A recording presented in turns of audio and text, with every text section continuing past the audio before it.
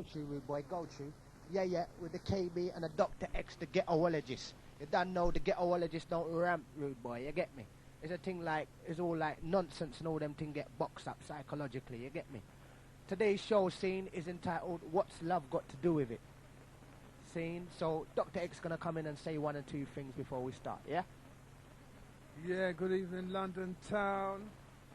X back in the house, the Ghetto-ologist, the original one and only Ghetto-ologist scene. Today we're going to talk, but we're not going to take no calls until after, well, 10:30, yeah? What I would like to say first, the title of the show is What's Love Got to Do With It, so we're on that today, yeah? But what I'd like to say first is that my methodology, yeah, as a psychological doctor, yeah? That's what I am, a psychological doctor. Anthropologist, sociologist, ghetto-ologist, any gist you want. You get me? That's me. So therefore, I've got a wide span. So sometimes when we're talking on the air, people try to, like, I suppose, you know, everybody wants to say that they know a bit and blah, blah, blah. So sometimes we found out last week that the show drifted with some callers and that because people wanted to say their bit. What we'd like to do from here on in is keep closer to the topic, because obviously, even though there's a lot of the truth or a lot of what we're saying, supposedly what we're saying is connected to other stuff, we'd like to try and keep it in the area. You get what I'm saying? Keep it in the area of where we're at. So if we're talking about love, or if we're talking about, you know, Christianity or Father Christmas or Baby Father, we'd like to stay in that area rather than say, well, then, did you know that, you know, in the year 1566, you know, there was a black man that ruled the world or something like that, yeah? We just want to stay close to the title of the show. That's where we want to stick close to the title of the show.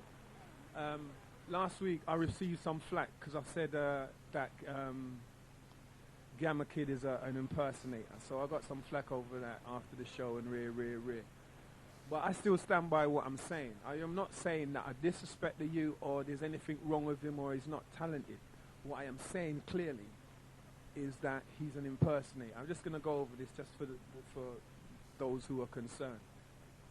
I am not saying he hasn't got no talent, because clearly he has, and you can't stop him from getting where he's getting. We're not taking any callers before half 10, yeah? I thought that was our phone. Yeah, so as I was saying, Glamour Kid is talented in his own right. But this is how I've worked out what an impersonator is. So whoever had that problem is clear.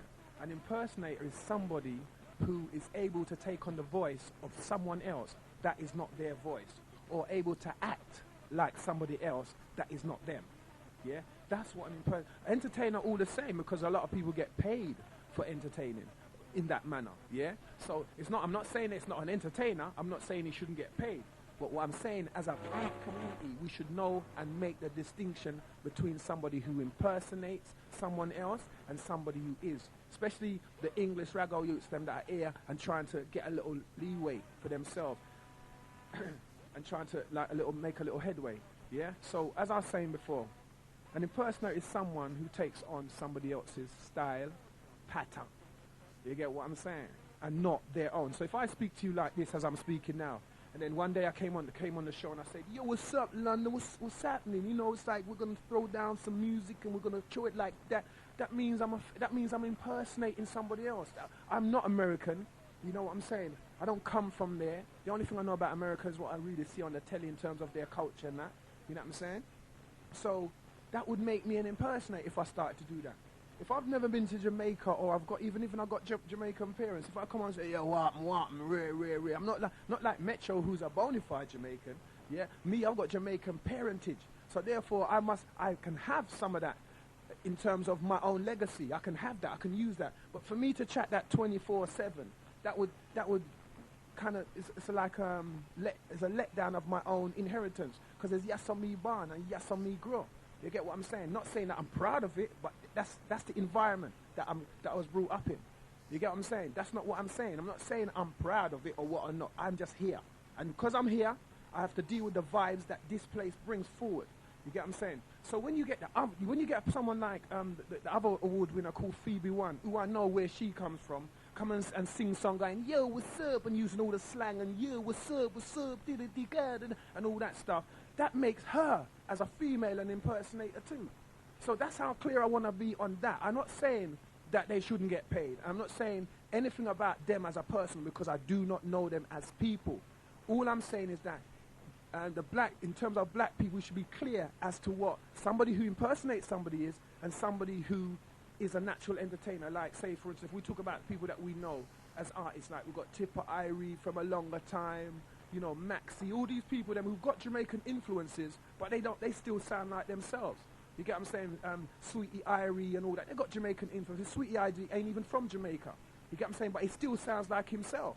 You get what I'm saying? So that's how it works. So that's the kind of people I want to give the big up to. Them people there who originate a style that belongs to them and is from them, not somebody who directly takes another person's style. Just because you're black, it don't mean that you must take people's things and say, oh, we're all black and we're all interested in rap. If we're all interested in rap artists in America do not speak in English in the way we do. Jamaican DJ artists in Jamaica do not speak in English the way we do. So when they want to hear their song, they want to hear their song the way they talk. You get what I'm saying? So, you know, Somali, if you come from South Africa, where we deal with Saya or High Life, you want to hear it from where you was born, not from where you'd like to be or where you want to give the big up to. Because you rate Americans, because them are run Rolex and big car, and I talk about Killman and rare, or you rate Jamaicans because they just come in, they're running that, and bad manism and rare. You know, that's a disrespect to yourself if you're going to start rating somebody and kind of always running, like, what they call it, they have a saying, imitation is the sincerest form of flattery. Don't keep imitating people and don't keep bigging up people that imitate people. Let the fake people give those kind of awards to them fake people. It's only because we can't get our act together that all the time when we have black awards for black people, they seem to fall flat. So let them people, them big people with their big organizations that bring forth their kind of slaves that they bring forth, let them give them the awards. You know what I'm saying? But to me, I'm not saying don't support them, but don't big them up. That's all I'm saying. Just let them go through and earn their living, but don't keep bigging them up. And then when I'm saying something, all I'm making is a distinction between an impersonator and a true-born artist. I've given you my definition. I've given you how I've made it. There's no disrespect to none of these artists, but they are impersonators simply based on what I said. You get what I'm saying? So I don't really want to go, and the first part of the show was just for me to like deal with that, because I still hold my ground. It's time now the English youth them that were born here, you know what I'm saying, and the English youth them that have been here, and the fresh ones that are just coming up, the 14, 15-year-olds, start looking up to English youths. You get what I'm saying? As well as international youths. You get what I'm saying? Because you have to understand international respect. Nowhere, the only people that they respect is people like Mel B and them people there. And I don't even know if it's a true respect. You get what I'm saying? Because a lot of them people come from street. Record companies own them people there, yeah? So they can sing rubbish. They can sing off-key. You know what I'm saying? Even English people say that they're rubbish, but yet they're international. You get what I'm saying? So they can go abroad and get respect from European towns. Black people, if black English youths are to go abroad, they have to get their own respect. They can't borrow respect from another culture. Whether you're into rap or not, it doesn't mean you mustn't be into rap, but you must develop rap the way reggae people developed reggae from blues and ska. You know what I'm saying? You must develop it to another level so that it becomes yours and you can say, yeah, we own this. You know what I'm saying? Even in reggae, English youths who are dealing with reggae now, today, we developed Lovers Rock, that faded. So now you have to develop it to another level if you want it to belong to you, so that you can now trade with other countries and say, well, I'll buy your reggae, I'll buy your soul tune, you buy my tune. You get me? But if you're going to keep making tunes and keep having British charts, British soul, British hip-hop, British reggae, how comes reggae in Jamaica is not called Jamaican reggae? It's just called reggae. How comes American hip-hop is not called American hip-hop? It's just called hip-hop. But everything that's made over here is British version, except for what? Jungle. It ain't called British jungle, it's just called jungle. Why? Because they created it in this country. The mixture of the black and white organizations, or black youths and white youths coming together and dealing with the vibes out of acid. It developed from acid, developed from acid house and what else? Garage and all that mix up. It developed from that. Now the new lick is moving on to garage. You get what I'm saying? And garage again come from America. But the youths them over here taking it on to another level. So all I'm saying is that, you know, this isn't what the title of the show is about, but I just wanted to clear up this issue. Respect. rude boy. Yeah? So I just wanted to clear up this issue. You get what I'm saying?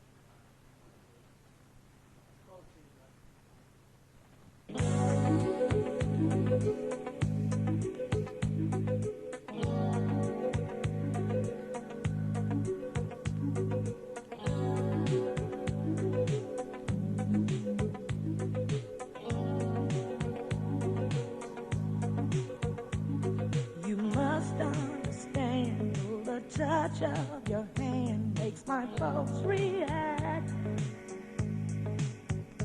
That it's only the thrill of boy meeting girl, opposites attract. It's physical,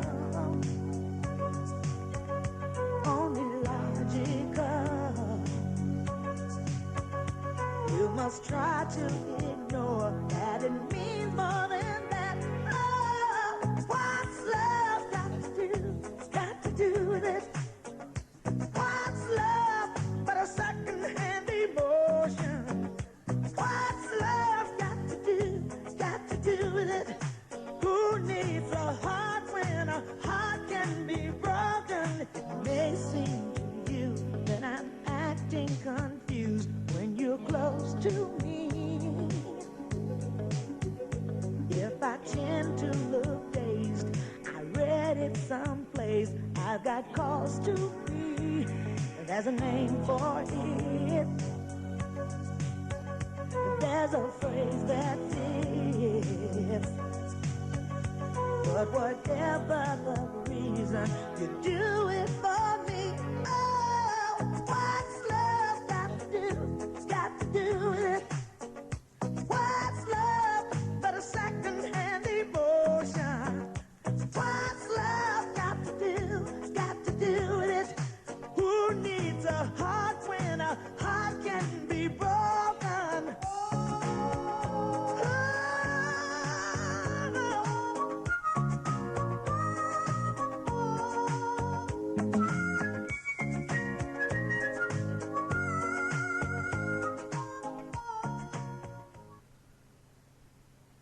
Yeah, you see, that's what the show's called. Like, what's love got to do with it? This woman here is a little bitter woman still. She's a millionaire, and she's bitter because she's saying, hear what she's saying. She's saying, what's love got to do with it? Who needs a heart when a heart can be broken? So if that, it's a song, no doubt, but everybody knows these songs are set to touch a man's certain place or a woman's certain place. Yeah. Now, choose she get like a hurt up, isn't it, Reggie? She get a little hurt up. She get a little touch up still emotionally. You get me? So she feels now she can sing a song saying, who needs a heart? Now imagine life without people, without a heart. Yeah, just because your heart can be broken, you don't need one. See, Ray Don, that's what you're saying. Your foot can be broken, but that don't mean that you don't need your foot. Your arm can be broken, but that don't mean your what's love got to do with it? You get what I'm saying? She's talking from a bitter point. And we find that in our system or in our ghetto, in where we come from, too much bitter people out there. You get me? Too much people hurting. And they don't know what to do with that hurt. I'm not laughing after them. It's just the fun of it. You get what I'm saying? In terms of, like, they don't seem to work out that love is a thing that it is forever and ever. You know, if people have listened to the show of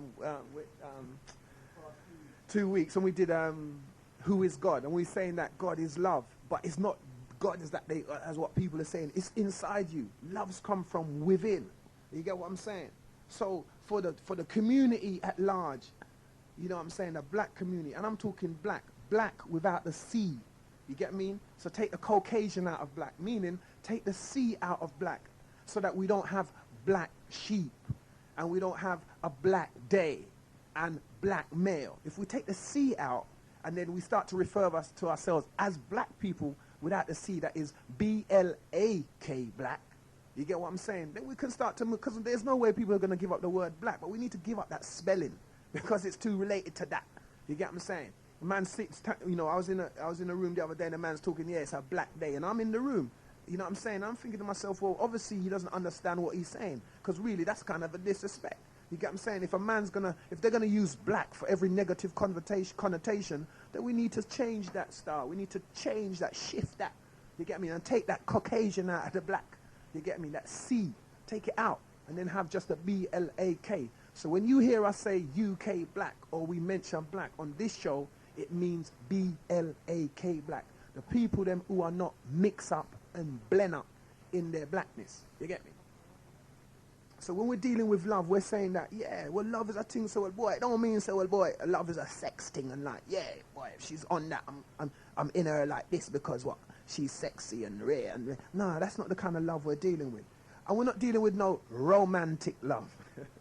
No Roman love. Because we're not Roman, you get me? So we can't deal with no romantic business, no romance, you get me? We're not into that. Caesar business. Caesar business. Hear what the man them saying? Roman. How can you be romantic? Yeah? That must mean that the essence, right? And the first beginnings of this romanticism and this romantic thing must come from the Greek them. You get me? Some little half-key homosexual people that they almost died out because of their homosexuality. I'm not saying, hey, whatever turns them on. But what I'm saying is that people are bigging up this romance thing so much that I'm thinking if it really helped our people to move forward, if it really helped our love situation, there would not need to be so much different baby father, baby mother syndrome. There would not need to be if the love was truly there. You get what I'm saying? Because everybody's got their agenda when it comes to love, and everybody's got their version of love. What it should be, what it might be, what they think it is, and everybody's got an opinion. You know, one thing we've discovered over the few weeks is that everybody's got an opinion, but not everybody's opinion is based off anything solid. You get me? Not based off anything solid. It's just like an opinion off the top of their head. They believe this for years that somebody else told them, and they carry on. You know what I'm saying? They got no basis for their belief. They just, as long as they believe it, then no, me not think so. No, me not believe that. Why? Because I don't. You know, that to me, that's a level of ignorance that we need to shake in the ghetto, man. What are you saying? Why you believe? You can just say you don't believe that and you don't got nothing else that you believe except what you believe. Because, and then they again, we'll go back to this God thing because we'll always, every week we're going to be talking about this God thing. They always mention God and say God and make him this kind of mystic character. You get what I'm saying? That you don't have to explain about, you don't have to talk, you don't even have to know exists. As long as you say he exists, then he exists. Fair enough for some people. Yeah, what was he saying again? Yeah, so when it comes to this situation of love, you have to know, or you have to find a balance within yourself as a human being to find out what it is that makes you love somebody else. I got to have a real love. Seen? Yeah? You've got to find out what it is that makes you want real. I got to have a real love. Got to find out what makes you want that. You get what I'm saying? What makes you want that? Is it the romanticism that you've been taught? Is it St. Valentine's Day? Let's talk about St. Valentine for a minute. St. Valentine, yeah, for those who don't know, was a geezer, yeah, who used to marry people outside of the church, yeah. His name was Valentine something, yeah. The way he turned into a saint was later down. He used to marry people outside of the Roman Catholic Church, yeah, because they didn't want to deal with the Roman Catholic values. Because you know, church is an institution and they control people. Anyway, when they found out that that's what he was doing, you know what they did to him? They chop out his balls, they cut off his balls, and mail them to people. That's where the art. And they took out his heart. They cut out his heart. You get me? That's where they get that celebration from, where you have all them hearts in Valentine's Day. And chocolates. That's to do with the coagulation of the blood of the balls area. That's what they did. I'm not making this up. This is a fact. You get what I'm saying? And this is what black people, so-called ghetto people, they celebrate this every day. You get what I'm saying? Oh, every day. Every year they celebrate this particular foolishness. You know what I'm saying? If you're not buying your girl a present regularly and you're only buying it at Christmas and her birthday, then you're not on nothing. You're not running nothing. You're not on nothing. You got to know, if you love your girl, you don't bow to the government telling you when you should celebrate. Let the government go ahead. You get what I'm saying? Don't watch that. And if she's watching that, make her keep watching that. You get what I'm saying? And then you have your little dance on, on the Valentine's Day, a little Christmas dance. And yeah, those are holidays because you are slaves. You get me? We're all a part of this slavery thing here. So therefore, you have to have holidays when they tell you to. because that's the only time where a lot of people get off all at the same time. You get what I'm saying? So therefore, you have to have holidays then. But that celebration is off key. You get me? How are you going to be giving your girl when chocolates and all that, based on, and feeding, and I'm feeding all that kind of foolishness. If you're going to buy her chocolates, buy her it when you're ready. Buy it when them tell you, say you must buy her it. She can run to work and office, oh, I got chocolates. Say, what did you get? Did you get a card? Rare. That, and then when the whole thing blows up in their face and man of our 6, 7 gal, them say, oh, that shouldn't work. But they want Valentine card at the same time. It's kind of strange. It's a mix-up going on there. If you want Valentine card, that means a man's looking after you. That man wants you.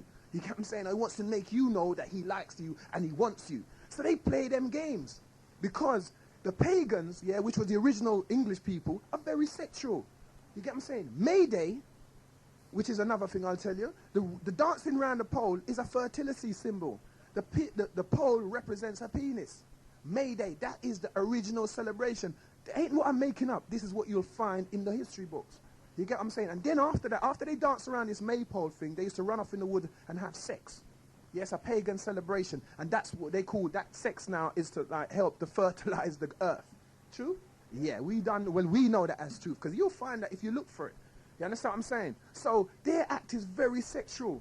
So if they were our forefathers, people says black people, them over sex and rare. What is the name of the first position in sex? Missionary. The first position in sex is called the missionary position. Yeah? You want to know why it's called a missionary position?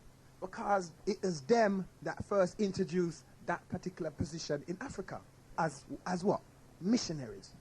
They're highly sexed. They're over-sexed. They do sex for joke. They do sex for fun.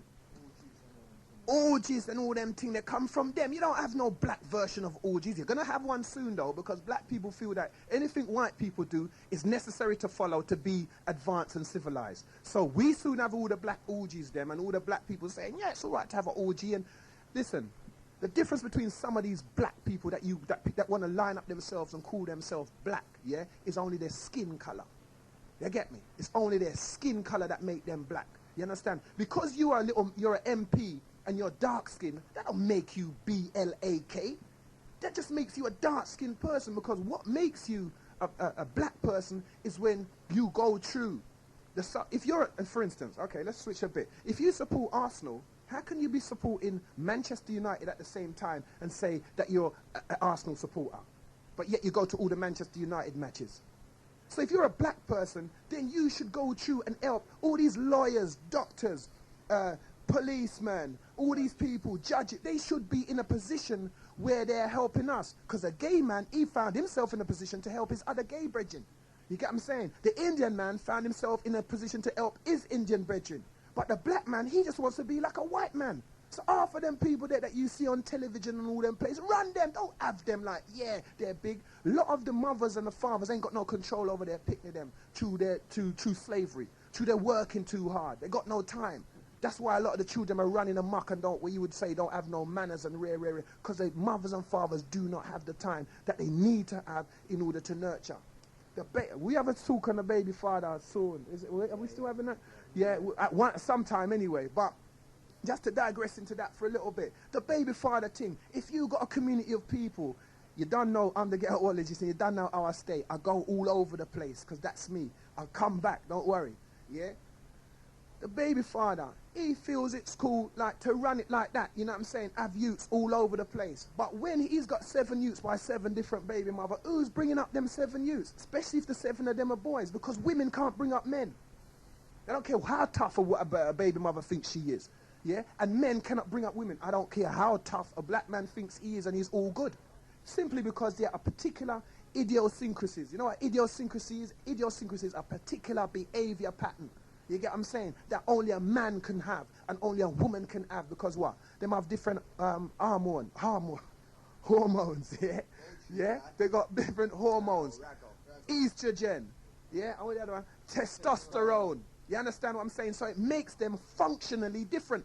They function differently. They act differently. So how can somebody who lives and knows estrogen teach somebody who lives and knows testosterone, and vice versa? You're going to make some serious mistakes, because if it was working, them say, They have the other excuse is better one parent. Sometimes one parent can bring up parent better than two. That's crap. Yeah? One parent can bring up one better than two if the other one is off key. If the other parent ain't on nothing, ain't defending nothing, then one, yeah, or and beat up the wife, or the wife is a gambler or a drunkard, then yeah, one will be better than the two in that relationship.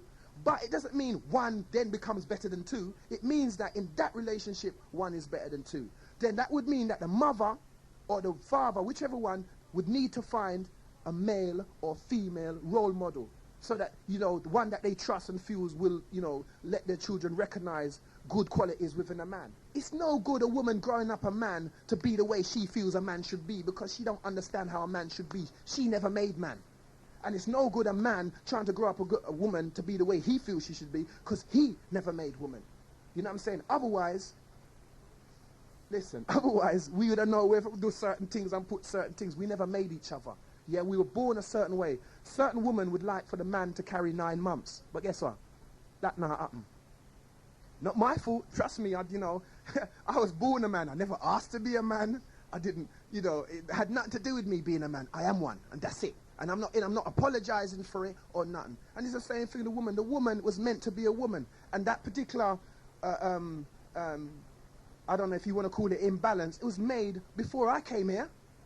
So if we want to straighten that out and say we love our girls or we love our brethren, because this love, what I'm talking about, what love got to do with it, it's holistic. It's not just about whether you're romantically in love, but whether you love or check your brethren. You know what I'm saying? Or your sister. I got to have a real love. You get me? You got to know about the real love. Real love. Seeing? So, back to what I was saying. How's that second? Real love. Yeah, it's a whole thing, you get what I'm saying? So the baby mother, baby father thing, it's got to, you know, in the ghetto, you got to start understanding what you're dealing with if you say you love your children. You know what I'm saying? Buying them things and being there to buy them new computer or PlayStation and rare. That's not love. You know what I'm saying? That's not love. That's just convenience and, you know, dealing with their immediate needs. But they need to be loved. You get me? They need to feel love for real. You get what I'm saying? So that when they feel it, they can give it. But if you think love is going out, feeding them in the morning, whether they're, you know, I'm just dealing with children at the moment because I keep switching, right? If you go out and leave your child at first thing in the morning and you don't see them till last thing at night because you're busily working, I understand. I do understand. But you're creating a scenario there. You know, in the middle of the time, each day, you know what I'm saying? I think there's only about 168 hours a week or something like that, and you're going to see them 8. Every day, every week your child grows, you're knowing them less. Because you see them more, the world sees them more than you do. The television sees them more than you do. The games machine sees them more than you do. So how does that somehow transfer itself into being love? I don't think so. You get me? I don't think so. I think you need to, if you're going to be dealing with a youth, or, you know what I'm saying, or a young man or a young woman and showing them, so, boy, this is loving on, if it flex like this, you've got to give them it in the first place so they can say, see, this is what it is, I recognize this, I'm going to flex like this. But if they don't know it, you get what I'm saying, and they've never had it, how can they flex like that? You know what I'm saying? And if your misconception is that, oh, because my feline claws them are rare. It's the same thing when we do with man and woman. It's no good you say you love your girl if it's only on her birthday you want to take her out, or you don't want her to come amongst your friends, or you don't want to be seen anywhere with her. And how can you love her? Because she's at home, she cook when you come home, dinner ready. And them days of dating, them are old time, long time, big people, what we call big people business. That's gone. You get what I'm saying?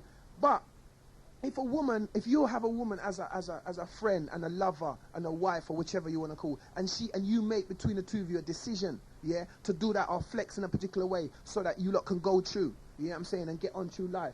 There's nothing wrong with that. Whether she stays at home or not. You get me? It doesn't matter what, you know, and vice versa. If the man decides to stay at home, you know what I'm saying? It doesn't change it from being real love or being love, but you have to come to that. And you don't turn housewives who don't want career women into housewives if they don't want to be that. But likewise, you don't turn men who want to be what a lot of women call macho. You don't turn them into some little husband.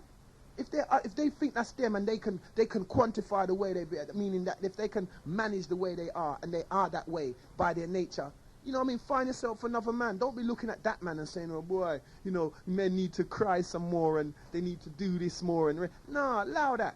You get me? Run that. You get what I'm saying? Find a geezer that's on your level. You get what I'm saying? Find a geezer that's like the way you want. You get what I'm saying? Then you would have a better choice. You'd have a better relationship, and vice versa with a man.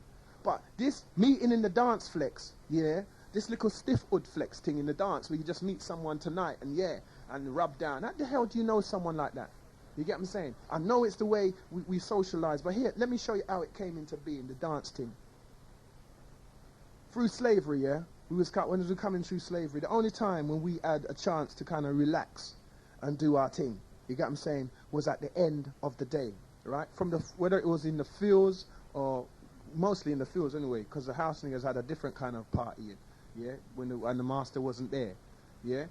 But we used to play music and like try and, you know, kind of live through the pain, yeah, of our circumstances, the beatings, the killings, the whippings, the torture, the hangings. You know what I'm saying? We had to live through that, and that is why the dance was developed from America through the West Indies, all that. It was developed out of that, to a point where in recent times they had the thing called the blues, yeah, because you had the music itself called the blues. But people used to go to a dance and it was called what? The blues, because it was where you just, boy, you chill out, you done your little slavery for the week or whatever. You get what I'm saying? And that's where it started. Now you don't even hear people say blues anymore. It's now the dance. So what we dancing for? You know, we went to the blues because it was a blues to ease up our troubles and like make us feel better. We went there for that reason. So why are we dancing for now? Are we happy now? Are we free now, yeah? So where everybody's happy now, so every week you dance. Because that's the way you become free, you just dance. You know, there's some people who don't really care what happens. They just go with whatever the government say, whatever's going on at the time. They don't care, they're not interested in what Doctah X has got to say. You get what I'm saying? Or anybody like me. They just want to go through week after week. Right, how much they spend? 40, 50 pounds to do their hair. New dress, 150 pounds, whatever. New shoes, whatever. Cab fare, petrol money, drink money. So weekend time, boom, you're looking off what? You know, maybe 100 pounds easily on a weekend for a dance. Not for a blues, because you're happy. But then Stephen Lawrence situation is still coming up. All these, the man them are killing man in custody. They haven't developed a racist law yet. You get what I'm saying? To say, well then if you attack a black man, then by his colour, they haven't even developed that. So how happy should we really be? That's not to say I'm trying to bring her down now, so boy, everybody for screw and walk with a long face. But we should look at what keeps us in those kind of scenarios. And we should develop more talk lines, more chat lines, whereby we can communicate this love thing to each other. Yeah, the phone lines are open now, so you don't know if you've got any questions. Studio number is 07957 775 477. I repeat, 07957 775 477. Phone lines are open. Any questions? Doctah X is able, willing. Believe it or not, this is life down until virus. All girls, big up on the tranquility. Now tell them like, well, watch this. Only here we watch the rise, almighty. Only here we, and now. To you I'm a stranger, but I feel as though I've known you. Baby, all my life, here and now, as we stand here together, my heart I surrender to the cause of happiness. Maybe it's love, I guess. Love vibes, you get me? Paradise is just a heartbeat away. So take me one step closer to your love. That's right. Somehow get lost along the way. I want you to find me, set me free. God Almighty, baby, cause it's a love thing. It's a mystery, yes, me know the feeling and a run thing. It's another tip and circle down for me, then it's something. Miss a light ground, well, them know the love thing. It's a love thing. In love her to the bone, cause she I'm darling. In my thoughts I'm searching every corner of your mind for the trace of a doubt that I hope I'll never find. You're my rhyme and my reason, and I'm your man for all seasons. And as long as I know you love me, everything will be alright. Cause paradise is just a heartbeat away. To take me one step closer to your love. For real. And if I might somehow get lost along the way, I want you to find me, set me free, yeah, baby, cause it's a love thing. This I'm inside, and me know the feeling and run thing. This another deep and circle long one way, then it's something. This a light gone, yes, you know the love, it's a love thing. Now leave your girl because you're my darling. And I feel you body girl, and I feel you shape, oh. And I feel you nice and cute little face, oh. And I feel you body girl each and every time, oh. Enough things are one girl for your gold man. And I feel you body girl, and I feel you shape, oh. And I feel you nice and cute little face, oh. And I feel you body girl each and every time, oh. Enough things are one girl for your gold man. Yeah. So, you know, there's a negative way to look at things, you know what I'm saying? Like earlier on, my girl said, what's love got to do with it? Who needs a heart when a heart can be broken? My man's saying, well, it's a love thing, you get what I'm saying? And moving on like that, you get what I'm saying? So it doesn't mean because you've been hurt or you've been, you know, done bad by that, you should make the entity of love or that vibe within you like destroy, you know, mash down. You know what I'm saying? And you know, smoke a dozen spliff every day you wake up your bill of spliff. That's sick. You get what I'm saying? Because if you're on a drugs thing, you're on a drugs thing. You don't care what you're saying it is, whether it's natural or rare. You get what I'm saying? Because if you smoke like 10 spliff a day, you know what I mean? There's a problem. Because, you know, if you believe in that, so well, yeah, herb is natural. Well, why don't you know what I'm saying? There's lots of other things that are natural. Time is natural, but you know what I'm saying? You know, do you need to meditate that much? Because it's meant to be for, like, with the Rastas say, for healing and, yeah? It's meant to be, you know, medicinal in that sense. And if you find that that's all you ever do, just, you know, some cigarette and some herbs, you get what I'm saying? Yeah, you're not showing no love for yourself. You get what I'm saying? Yes, you know what I'm saying? You need to understand that love don't just mean, you know, people out a road or children. It means the whole thing. It's a whole thing. Love is a whole thing. You get what I'm saying? Love has got nothing to do with it. And that's the reason why we as a community are kind of distressed, because the romantic version of love is what we're using. You know what I'm saying? The pagan, white, Christian way of love is what we're using, and it ain't helping. You get what I'm saying? Man and man's afraid to tell their youths the truth. You get what I'm saying? Woman is afraid to tell their youths what really happened when they was young. You get what I'm saying? How they really developed. You get what I'm saying? And the things they really did when they was young. So what they have then, they have this gap in the child's life where the child don't understand things, and what the child does then is repeat the same things that the mother and father repeated. You get me? The same exact things. So therefore, that's not love. Love isn't hiding the truth. Love isn't pretending that you never did that. None of it's not pretending you never, had a little duggle with your boyfriend in the yard, and then you got a child, and then you're pretending like you never done it when that's what you did. You get what I'm saying? Love is not that. Love is truth. Love is a part of that. The whole thing. And love is a whole thing. It's not a piece of thing. You can't break off pieces and say, well, then yeah, I'm dealing with this. It's a whole thing. You get me? So if you're dealing with love, then what are you saying? How are you dropping it? You get what I'm saying? Because if you ain't got them people checking for you in a way that they are willing, you know what I'm saying, to listen to the truth. It doesn't matter whether you like it or not. You get what I'm saying? It's a matter of whether it's the truth, because that's where love comes from. Love don't come from falsity and lies. And yeah, baby, yeah, I love you, cause boy, you get me, boy, here's some chocolate, and boy, and here's the, that ain't love. What is that? That's some idiot little material gesturing of love. You get me? It ain't got nothing to do with love, man. That's just some little pagan idea of, you know, trying to keep organizing their religions to stay together. That's why white people do all them things, because they know they're off key like that. So what they do is they develop times, because if you know about their history, they do these things in order to pull themselves back in line anytime they're going off key. You get what I'm saying?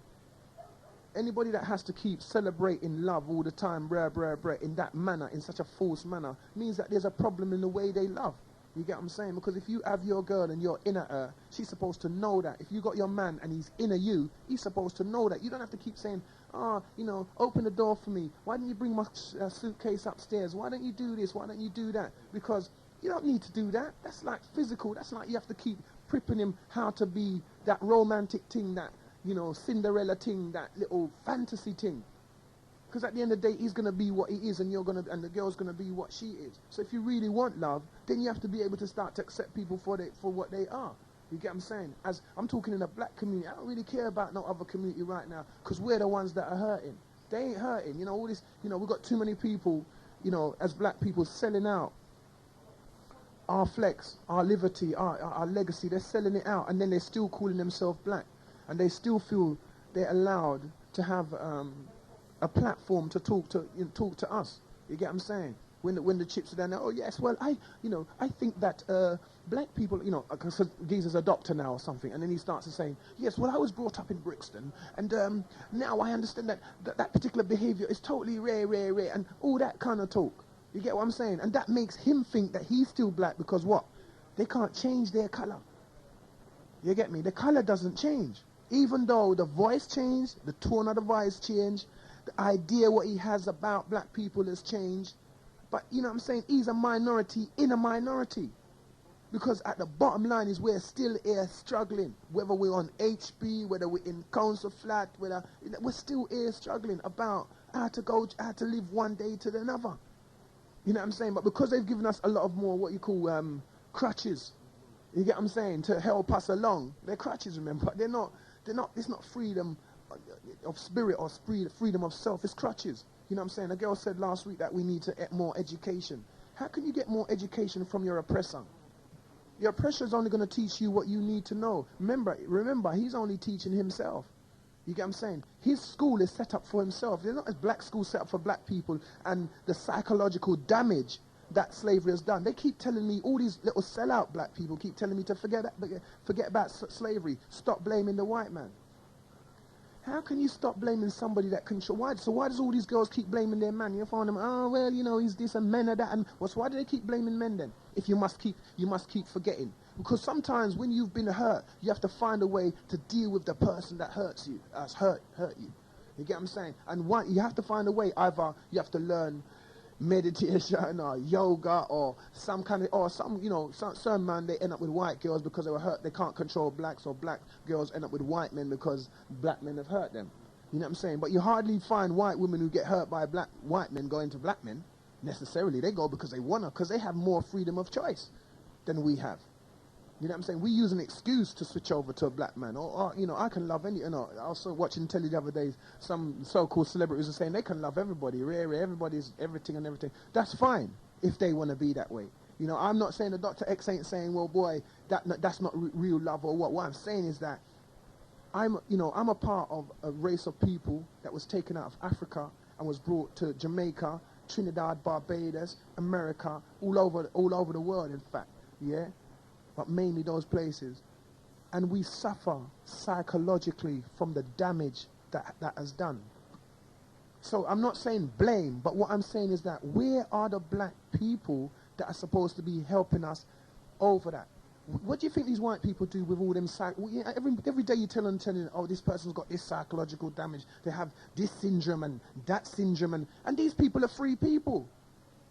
Black people don't have no syndromes. Black people are just either lazy or wicked or bad. They don't have no syndromes. How comes only white people have syndromes? And they're more advanced, so-called than us. They've got the civilization, they have the money, they have the power, they have the economics, they control America, Europe, You know what I'm saying? So how comes they got so much syndromes as free people, and we as ex-slaves, because that's no matter who you think you are, you come from a race of ex-slaves. Whether or not your family was necessarily a slave or not, that's the race you belong to. You understand what I'm saying? Now, if you're coming from that, I don't understand how you haven't had any help psychologically. They've given you help like, what's that thing that they called,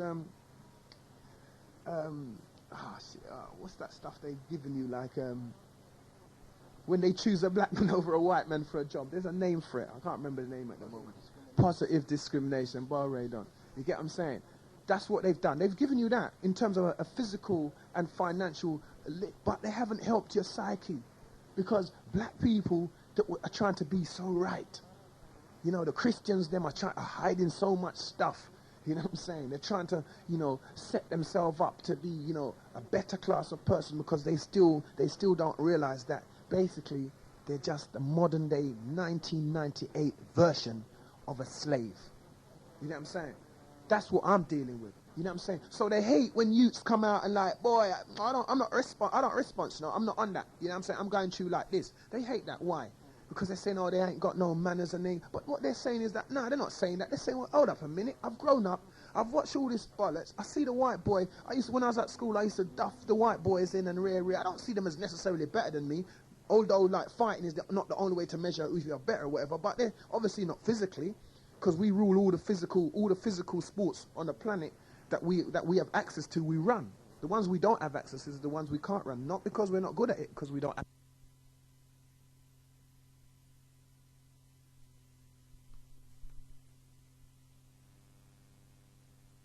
have the level of support. What's up? We don't have the level of support that they have. We don't have the backup systems they have. You get what I'm trying to say? We don't have none of those things. So I want to know what is the reason for that? Why don't we have those backup systems? Because black people lie to themselves. You get what I'm saying? They tell each other's lies. You know what I'm saying? There was a program on Dispatches. Is it Dispatches? Yeah. On what day was it? Monday or one of those days this week, where some youths was in a situation with some girls. You know what I'm saying? A battery situation. Yeah, where it was a terrible thing still, given the state of modern society and stuff like that. You get what I'm saying? But it's a thing that's been going on for a long time. When they had the talk show after on Dispatches, we had about 4 sellout niggas on there, yeah? Going on, talking about how they don't think that the white people made the program properly and rare. You know what I mean? These are the things I don't get, you get me? Because if they never made the program properly, at least they made the program, you get me? They made the program that all the black people, them are scared of making. All the little sellout, been to college, got the degree, university, sellout niggers. You know what I'm saying? Out there, ain't doing nothing. They make stupid little movies like Baby Mother. That's such a rubbish movie. It's so rubbish, it's ridiculous. You know what I'm saying? That's the kind of black man that they turn out of these places. That, because he's black, he somehow has the right to make a substandard movie about black people. That doesn't, you watch the movie and you think that's a joke. Unless you're a joke yourself, you ain't going to run and see that as a good representation of black people. You get what I'm saying? And a man saying he feels all an Indian brother make all them movie there or finance them movie there. You get what I'm saying? But then all these little Uncle Toms come out the woodwork when a white man does something. That's what I was telling you from last week on the Uncle Tom show. That's when you see them. They come out of the woodwork anytime somebody brings the truth to light. You get me? Anytime somebody brings the truth forward, then you see all the Uncle Toms come out and say, no, you shouldn't really show that, and you're bad, and black people are not like that, and rare, and you shouldn't have that, because black people ain't like that. This is not, scared, because then their middle class status that they're now up inner, you get what I'm saying, gets kind of shaky, because then their neighbors in the area that they live in start looking at them and say, yeah, you still come from that set of people though, don't you? You get what I'm saying? That same set of people. You get me? So while they're going up in their leagues, they don't face the truth. The Jews, let's talk about how the Jews run it. Everybody keeps telling the black people to stop talking about slavery gone and rare. But the Jews don't stop talking about the Holocaust. They don't stop rinsing out Hitler's name. Them get out all Swiss bank. Give them holy per wong, pour on these Jews for what they've been. So are you trying to tell me that what has been done to us isn't 10 times as worse as what was done to them? 3 million of them. How much million are we? But because there's some Caucasian type features, you get what I'm saying? That somehow what is done to them was worse than what was done to X amount of millions more of us. We have no cycle. You know, all them little sociologists and them little social workers that want to take away your pinky and tell you things. They're white people with white minds. They're not black people who say, boy, I understand that vibes there, you know, because rare. They learn how to think and act like a white man or a white woman. Oh, Johnny, they're on that. That's the talk. That means that they're actually robbing their character, yeah? So they don't even sound like how you would imagine they would or they should sound as a black person. Because if you go to like a foreign country like Nigeria or Ghana or Jamaica, you find it's very rare you're going to find a man speaking like, oh, well, unless he was educated in an English institution. You get me? You don't find that. So all these educated white black people over here who claim that they love being black and they love this and they love that, they're not on nothing. They're not showing love back to the people that where they came from. Back on the bully when cats used to harmonize like... Seeing? It's like technical. So, yeah, they're not dealing under the manner. They're not dealing how they should do.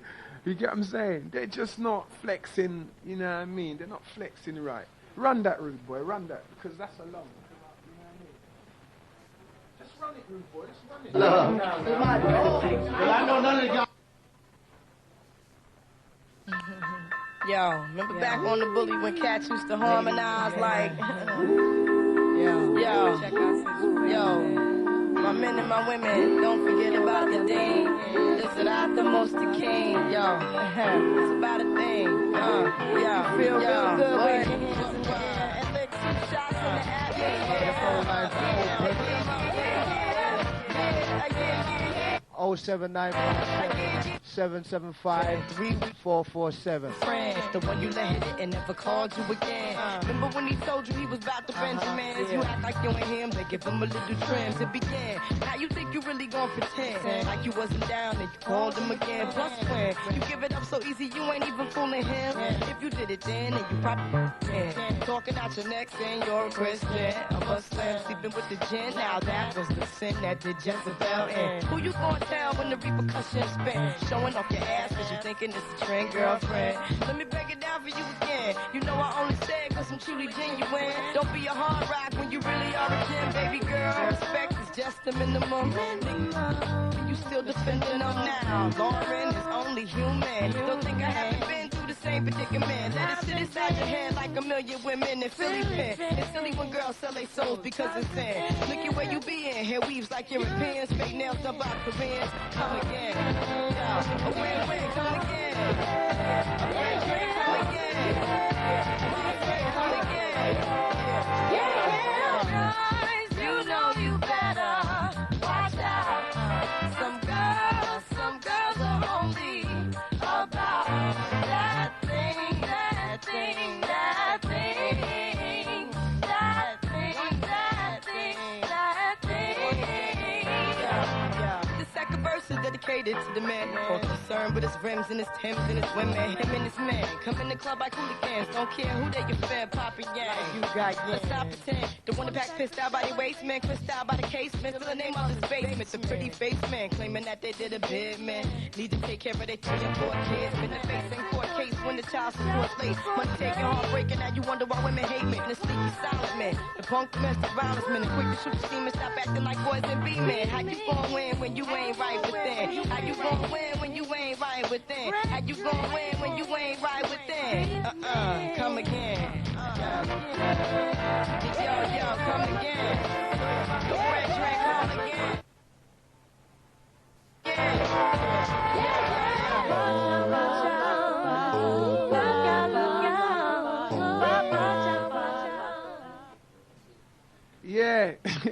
it's like we have some slightly buzzed up people in the studio today, so don't watch it. You get me? Man's buzzed. Anyway, where was I? Yeah, so I was saying like about the social worker, them and them people. They're like they've been educated by white people for white people to deal with white type picnic. You understand what I'm saying? If you're there sitting there thinking that black people haven't got certain different characteristics about them, then you're sad as far as I'm concerned. Anyway, you understand what I'm saying? Because we are different characters. We have different characters. We love and like different things. You get what I'm saying? And to show true love for your race or your people or from where, you have to be truthful to that game. You have to say, well, boy, that's me. That's how we flex. You know what I'm saying? These things have happened. Whether they're damaging or not, but without facing the truth. You know what I'm saying? Like in South Africa now, they've got the Truth Commission. You have to turn around and say, boy, some bad things went on. You get what I'm saying? In order to get over them. Or at least face them at least so people can say, see, I know that happened, so boy, rare. But if you keep pretending that things ain't going on, man, and these social workers, these black trained social workers that they're getting when they're teaching them psychology of Freud and psychology of Jung and Weber and, those kind of people, them. It's an established psychology that was made up when black people wasn't even too much here. So it's a European psychology made for European people. So when you come in amongst that and you start to flex and start to say, oh dear, and start to talk a certain way and lose all your accent, because everybody's got an accent. When you do all that, you don't show no love for your people, them. That's not love. You get what I'm saying? You become an individual, and that's cool. There is nothing wrong with taking your individualism and going one side. Nothing wrong with that. But no, that's what you've done. Don't play like, your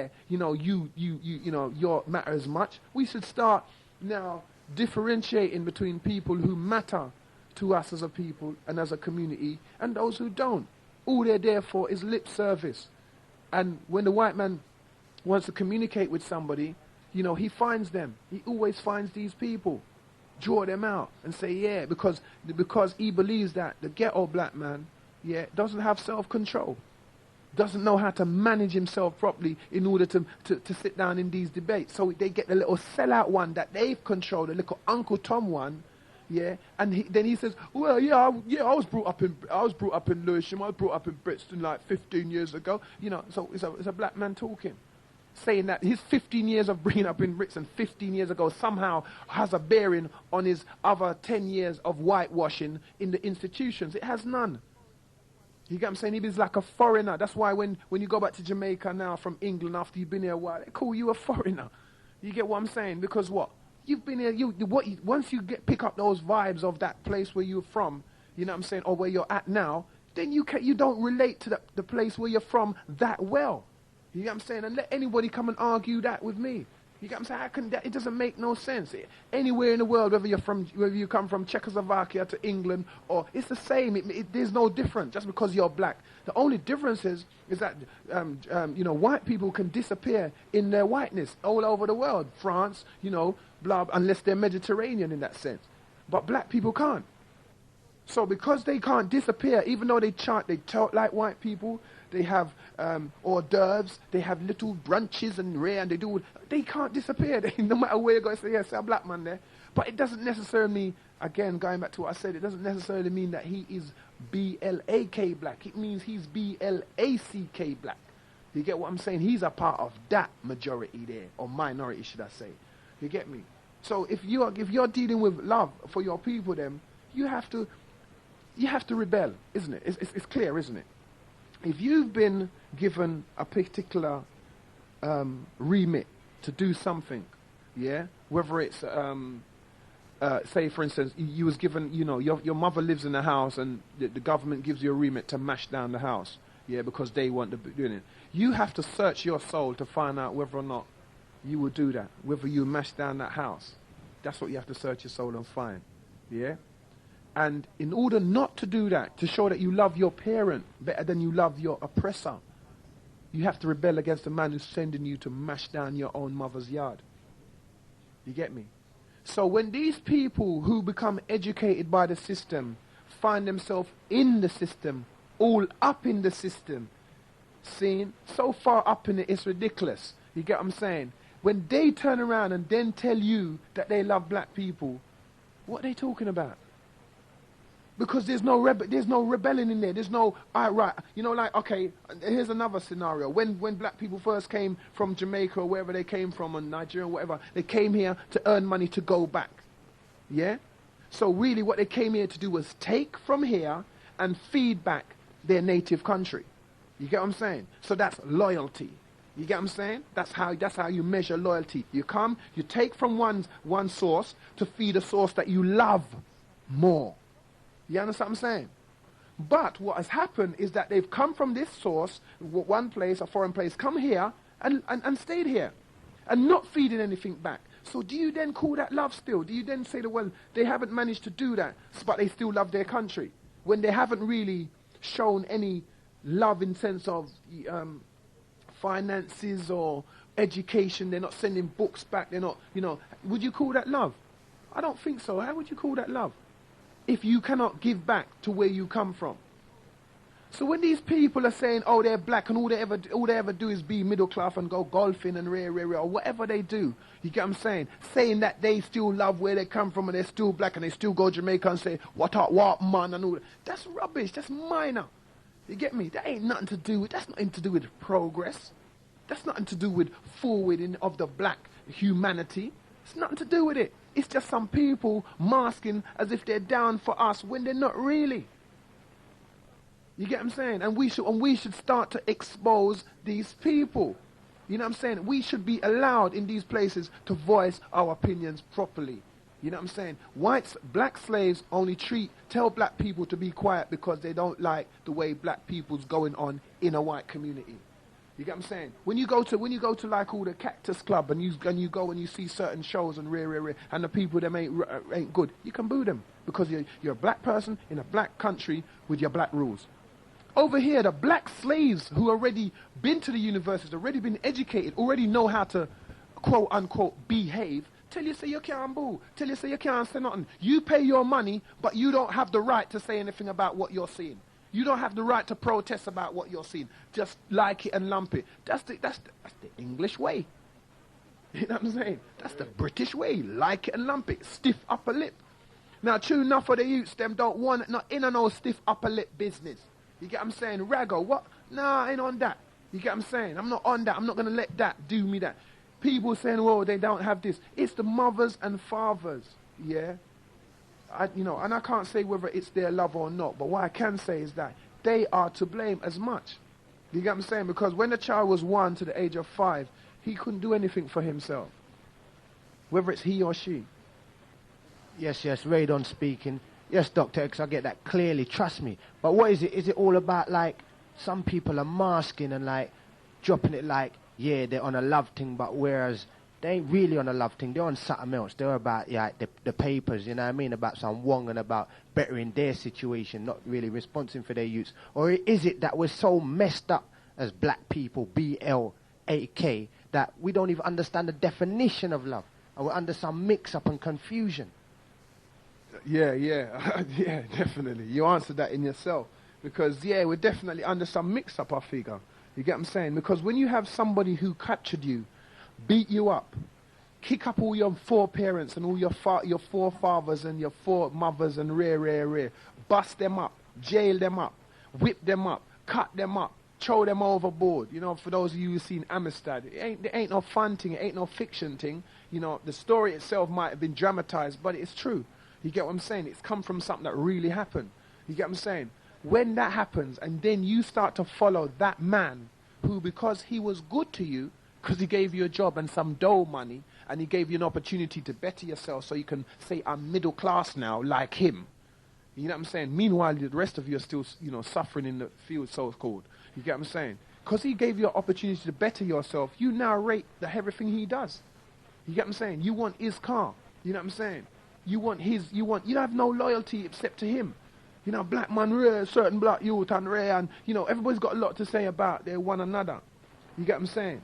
But they don't want, you know, when it comes to voicing their opinion, in courthouses or voicing their opinion in public places where white people rule. They're scared.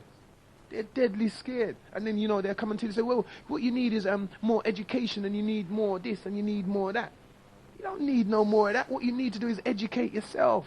Because institutionalized education is just what it is.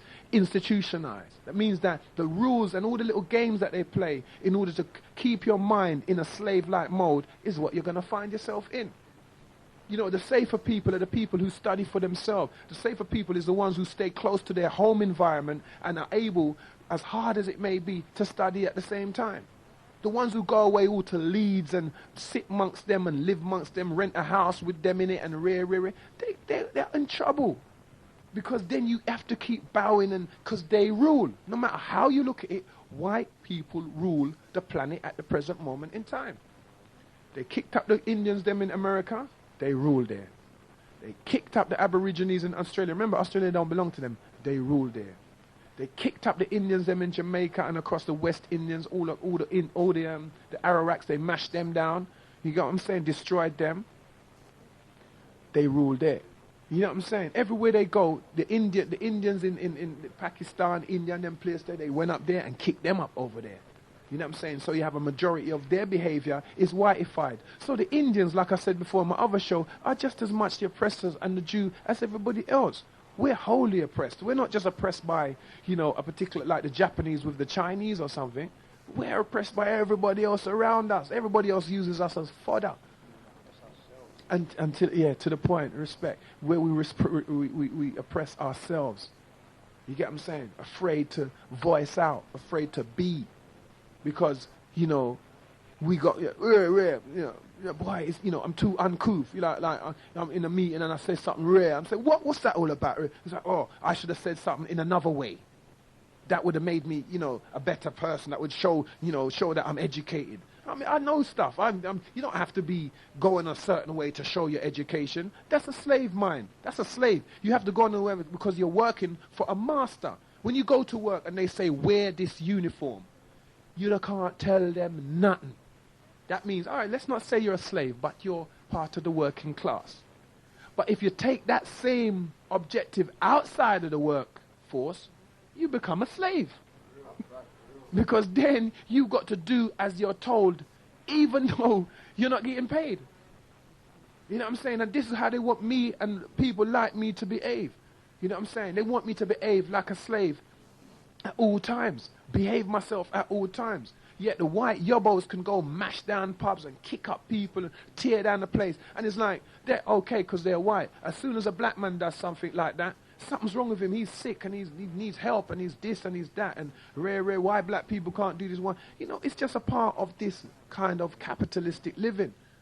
The suffering that we're suffering and the suffering that we're under is because of the vibes of this country.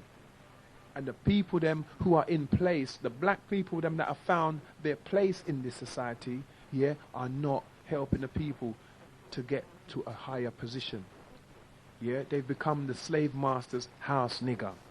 You understand what I'm saying? And they're self-absorbed. That means that they're inner themselves. They massage themselves because they think because they got the white man's piece of paper, like, he's a PhD or degree or, you know what I'm saying, doctorate or whatever you call what they ever get. You get what I'm saying? Because they got all these things, they then think that somehow they are better.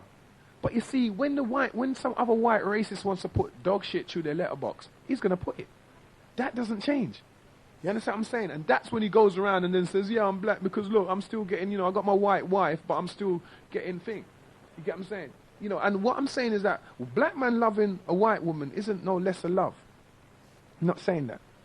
I'm not saying that. What I'm saying is that love in the where we're coming from, as far as we're kind of ex-slave and poor people, has become mud up with the Englishman's version or the white man's version of it. You get what I'm saying? The Jews have their celebrations, the Hindus have their celebrations, the Japanese, the Chinese have their celebrations. What do we celebrate? White people's celebrations. Or we find another race to jux onto.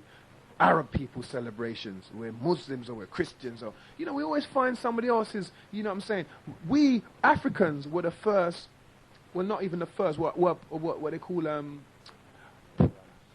poly, whatever. What is it again? They worship enough gods. You get what I'm saying? I've forgotten the polytheists. Yeah, that means you worship different gods. That's what we had before we got into this one God thing. You get me? So it's not like there's nothing that we don't have a history. Whether you like it or not, or whether you prefer the Christian version to the African version, ain't got nothing to do with me. You get what I'm saying? It hasn't got nothing to do with me. But what I am saying is that you have to love whatever it is you came from. That's what I'm saying. It doesn't matter what it is if it mix up and it blend up, but that's where you come from. And in order to get it better, you've got to realize you're coming from that. And not ignore it when you get to a better position. You know what I'm saying? Ignoring it when you got to another position doesn't change the fact that that's where you got from. All them poor people that started off in little one room and rear around, said them up house and this and that, they haven't turned around and fed back anything that anybody can find that in the ghettos or in the poor places tangible. That means that they can hold and use. It's the white man that's been given all the youth club. The reason why there's so many youths on the road is because the white man has shut down a lot of his youth clubs. So the youth have turned to the street now. What happened to the black people that were so in love with their blackness, that so loved their people, that all now? What happened to them people? And when they do make up a place like that, what do? They don't teach no other psychology. They're using what? A psychology known as Freudian or Jungian. That means that it's a special book, as a special mindset which they pick on, right, to use to control people in Europe.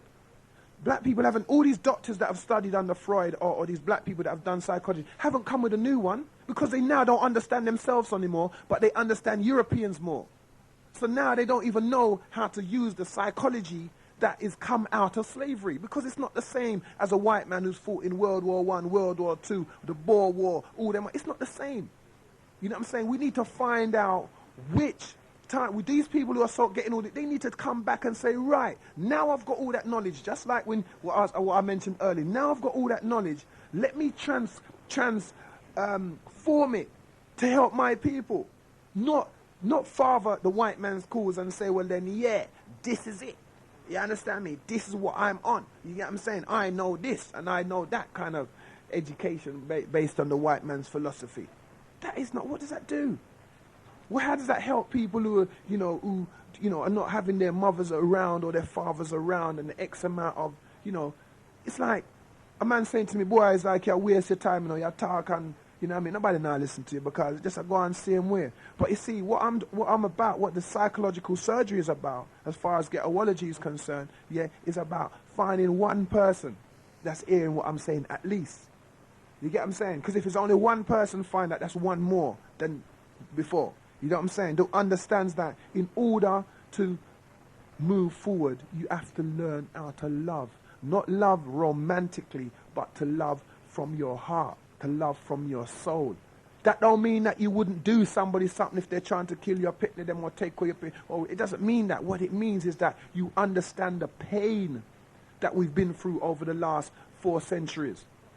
You understand what I'm saying? And you will not give up the fight until you give up life itself.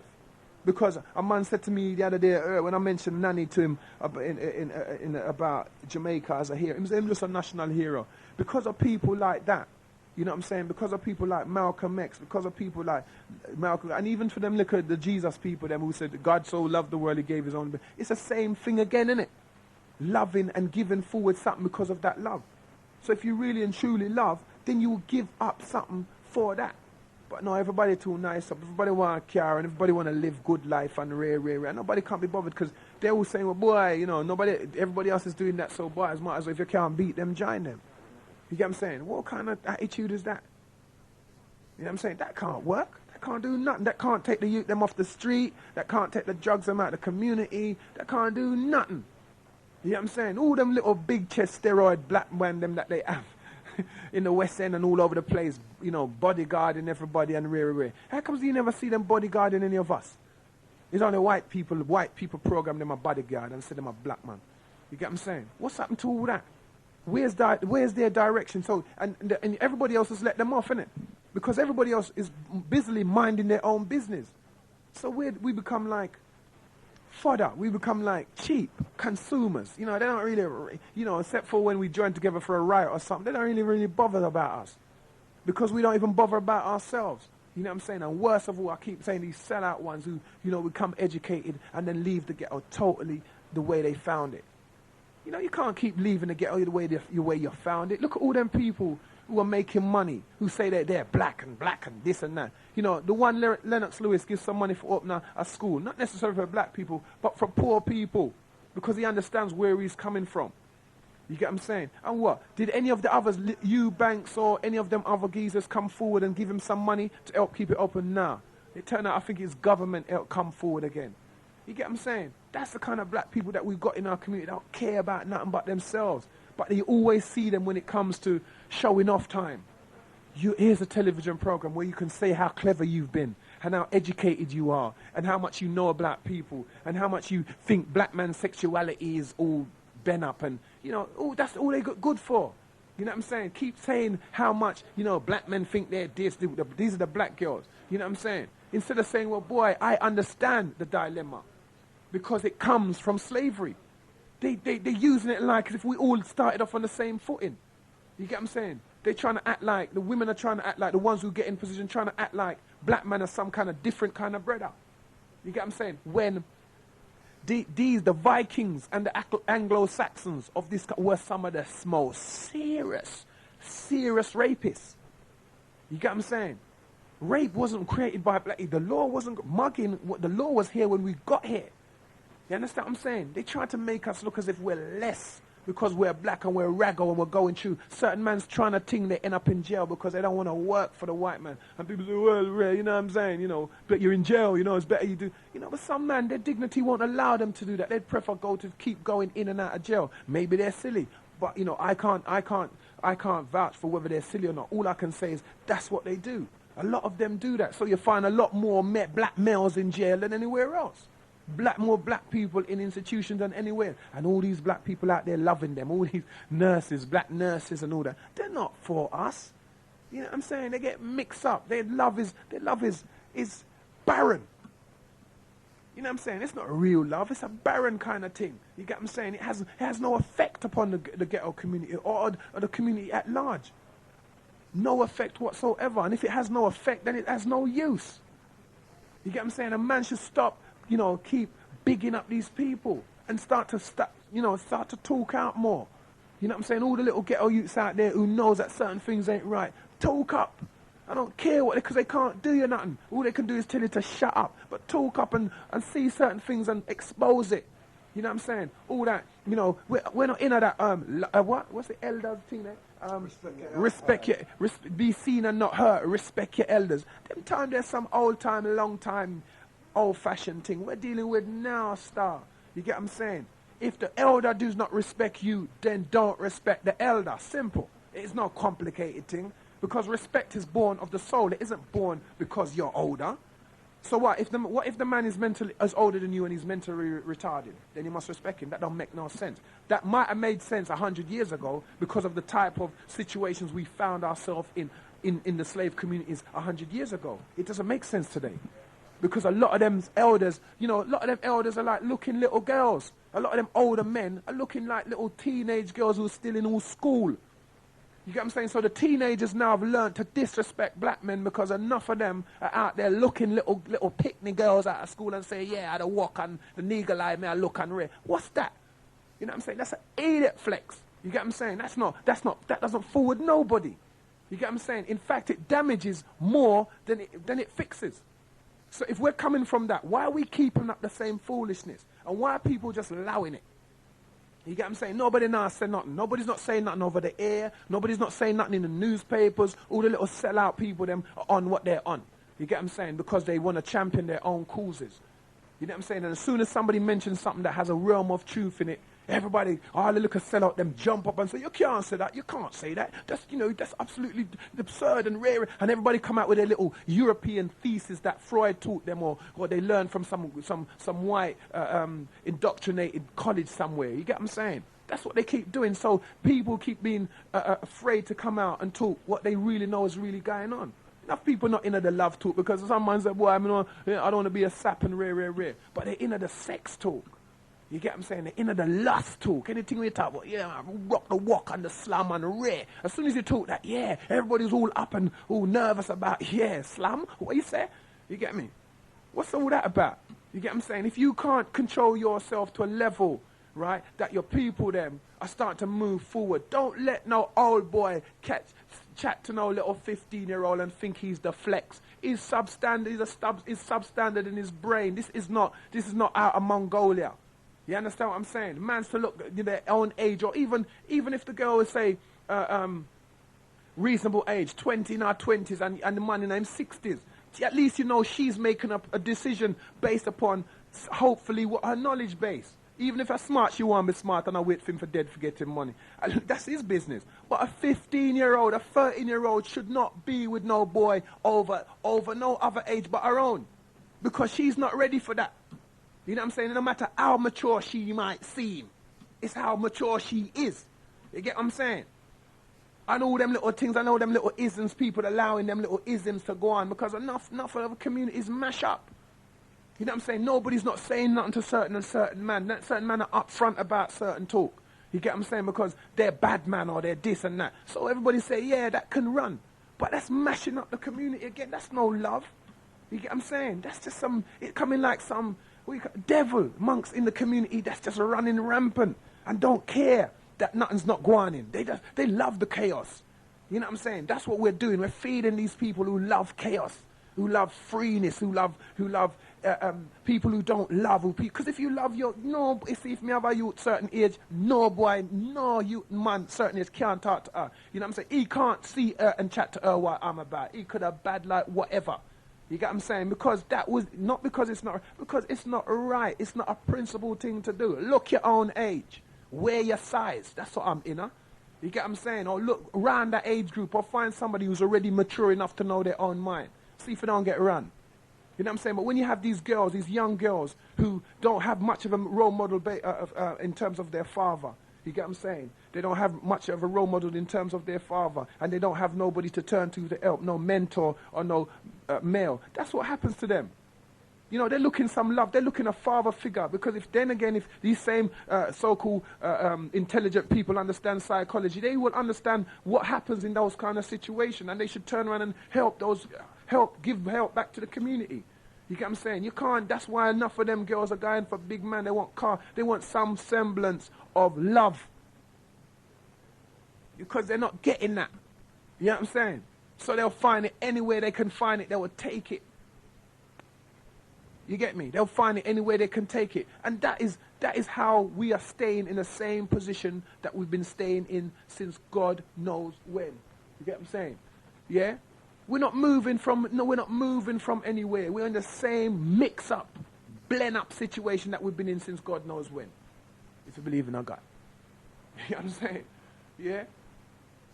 Stop all them, start, why are people afraid to upfront these things? You get what I'm saying? Why are people afraid to face these things? You get what I'm saying?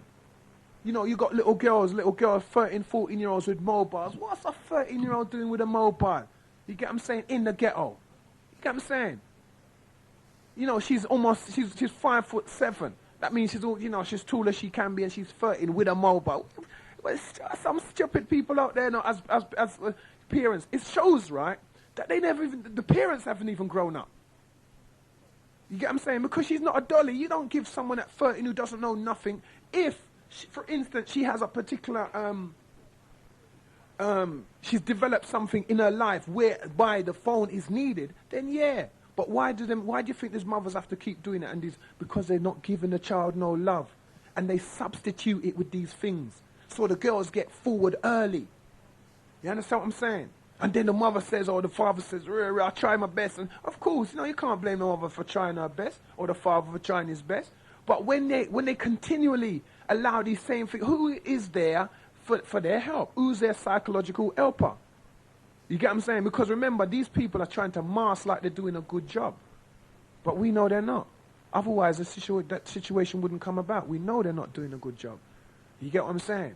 And it's just creating more and more madness in the ghetto.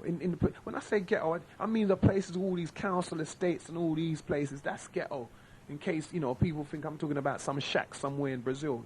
You get what I'm saying? I'm talking about where we come from. Because as much as people would like to think they're on this and they're on that, you're not on nothing. You get what I'm saying? As long as you live in those kind of places and you're surrounded by those kind of things, you're surviving. You're in a slave community from a slave arena. So, Dr. X, I've got a question for you. You know what you said earlier about a white man, a black man go with a white girl. If just as long as love, that's love. If a man loves himself, would you think it would be more appropriate for him to still go with his own nationality or colour? Yeah, that it doesn't really matter what colour he wants to go, because that is based upon circumstances. The reason why, if someone was born in Nigeria, in some village in Nigeria, which they don't have no black people, then that would happen. You know what I'm saying? He would always go with his black. You know, if he stays there for 10 generations, he'll always be with a black person. But when you talk about coming to different foreign lands or somewhere else where there's like say people who live in, say, Leeds or Shropshire, who their parents took them up there and, they're the only black person in the school. You know, the whole environment changes for them. The whole way they see the world changes for them. You know what I'm saying? So therefore, they ain't going to see the difference. Children don't know the difference between black and white at that age. You get what I'm saying? So they grow up thinking everything is everything. It's only when they get to other parts of the world and they see what's really going on that they realize, you know what I'm saying? I'm really this way. But, I've already made these choices. And then so when you come to places like London or New York and Brooklyn and all them places where there's a mixture of people, yeah, you're going to get what they call cross-collateralization, cross-breeding. You know what I'm saying? Puerto Rican with African, African with Indian. It's not just one way, it's mixing up. It's not like just black men are going with white women. Black men are going with Chinese. Chinese women are going with black, and Chinese men are going with black and, mix up. It's all mix up. Once you come to places where you have different breeds of races, you're going to get that.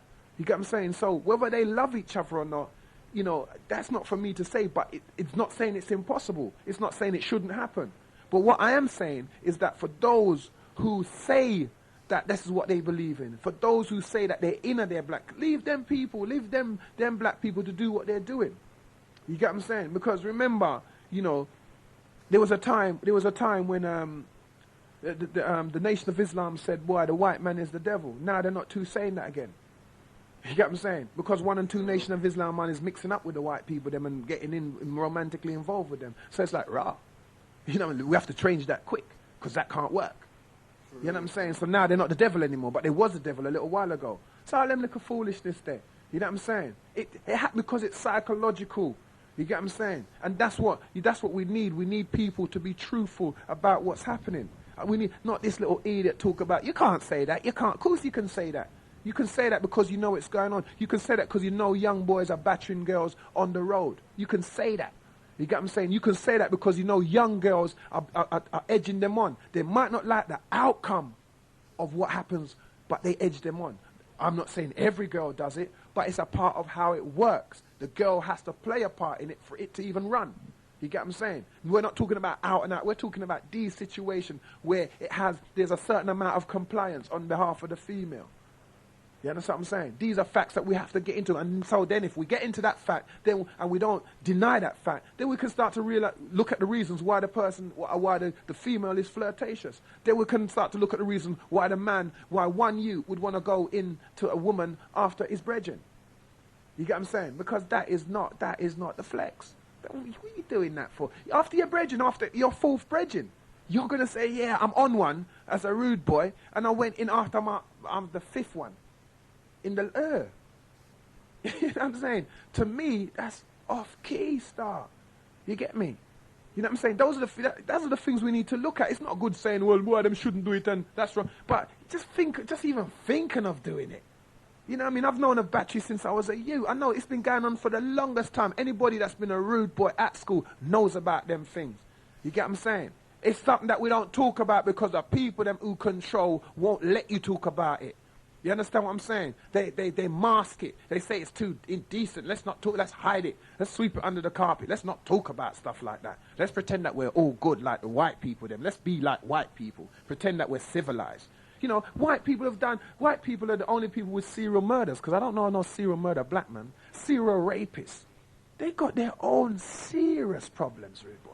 You get me? Why? So they got no reason to be looking at black people. Black people got no reason to be looking at each other and thinking, boy, they got internet rape now. Where man's saying they're this, you know, meeting a girl from a date room and raping her. They got all kind of madness, and all they're looking at the little what do they call it, the little splinter in our eye.